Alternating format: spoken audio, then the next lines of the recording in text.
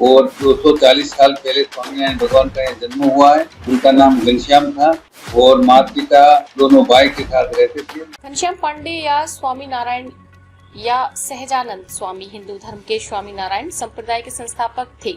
अप्रैल 1781 को भगवान श्री राम की जन्मभूमि कही जाने वाली अयोध्या के पास चपिया नाम के गांव में उनका जन्म हुआ था। उस दिन रामनवमी थी। 5 वर्ष की अवस्था में बालक ने पढ़ना लिखना शुरू किया और 8 साल की उम्र में उनका जनेऊ संस्कार हुआ। इसके तुरंत बाद बालक ने शिक्षा में अपनी विलक्षण प्रतिभा दिखाई और अनेक शास्त्रों को पढ़ लिया। कुछ ही समय में वे घर छोड़कर निकले और पूरे देश की परिक्रमा कर ली। तब तक उनकी बहुत ख्याति हो चुकी थी और लोग उन्हें नीलकंठ वर्णी कहने लगे थे। देश में कई राज्यों से होते हुए वे गुजरात आ गए। यहाँ उन्होंने बाकायदा अपने संप्रदाय की शुरुआत की और उनके बहुत से अनुयायी बन गए। उन्होंने उस दौर की कई कुरीतियों को खत्म करने में बड़ा योगदान दिया। तब गुजरात समेत देश में कई प्राकृतिक आपदाएं आया करती थी। उस दौरान स्वामी नारायण ने अपने अनुयायियों को लोगों की मदद के लिए प्रेरित किया। इस सेवा भाव को देखकर लोग उन्हें भगवान के अवतारी मानने लगे। गुरु जी परिचय देते हुए बताएं कि स्वामी नारायण छपिया मंदिर का क्या रहस्य रहा। ये स्वामीनारायण मंदिर के स्वामीनारायण छपिया गोंडा डिस्ट्रिक्ट में आता है और 240 साल पहले स्वामीनारायण भगवान का यहाँ जन्म हुआ है। उनका नाम घनश्याम था और माता पिता दोनों भाई के साथ रहते थे। माता पिता का नाम था, पिताजी का नाम था हरिप्रसाद पांडे, माता का नाम भक्ति देवी था, बड़े भाई का नाम राम प्रताप भाई, छोटे इच्छा राम। 11 साल तक यहाँ रहा है, बाल लीला किया है ये छपिया भूमि में। और 11 साल के बाद माता पिता का देहांत होने के बाद वो यहाँ से भ्रमण करने के गए। मुक्तिनाथ तपस्या किया, 3 महीना भ्रमण किया, 7 साल तक वन में। उसके बाद गुजरात पहुंचे। गुजरात जाने के बाद पूरी गुजरात को कर्मभूमि बनाई। ये जन्मभूमि है, कर्मभूमि। तो उनके बाद 29 साल में व्यसन मुक्ति छुड़वाया। स्वामीनारायण भगवान ने पहला काम एक किया कि व्यसन सबको छुड़ाया। उसके बाद जो जो पूरी बात था वो सब छुड़वाया और विद्याभ्यास का गुरुकुल, स्कूल, कॉलेज बनवाई मंदिरों में सब, और सत्संग प्रचार किया और मंदिर का निर्माण किया। तो उसी समय उन्होंने 9 मंदिर बनाए।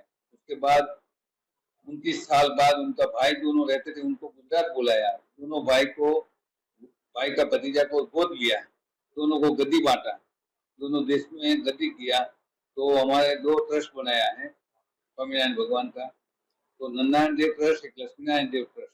तो दोनों भाई का ट्रस्ट में परंपरा में उनका 7वीं पीढ़ी में त्रिजेंद्र प्रसाद जी महाराज श्री आचार्य महाराज श्री है और 7वीं पीढ़ी में परम पूज्य 1008 श्री कौशलेंद्र प्रसाद जी महाराज श्री है।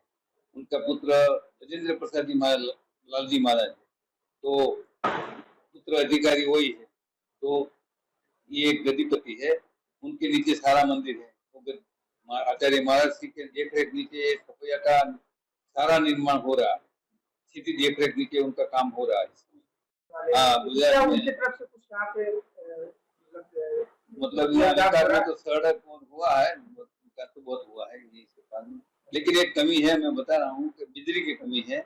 यहाँ छपिया में इतना बड़ा धाम है कि जैसे रामचंद्र जी भगवान का अयोध्या नगरी का धाम है और कृष्ण भगवान की मथुरा धाम है, ऐसे छपिया स्वामीनारायण भगवान का धाम है। लेकिन पावर की, बिजली की कमी, बहुत कमी है। हमारे डीजल से, जनरेटर से इस समय चलाना पड़ता है, क्या करें, इतना यात्री आता है। तो क्या मांग कर रहे हैं आप? हमारी बिजली की मांग है सरकार से। और सब हम जमीन भी बिजली विभाग में दे चुके हैं, लेकिन अभी कुछ काम आगे बढ़ा नहीं है। आज तो हुआ सरकार में कह रहे हैं, लेकिन अभी कुछ काम नहीं हुआ। ज्यादा करके हमारी ये समस्या है कि रेलवे की समस्या है।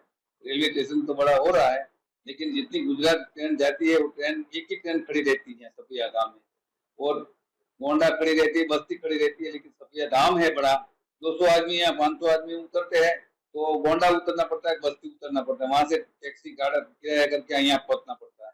यहाँ से पसार होती है ट्रेन, लेकिन यहाँ रुकती नहीं है।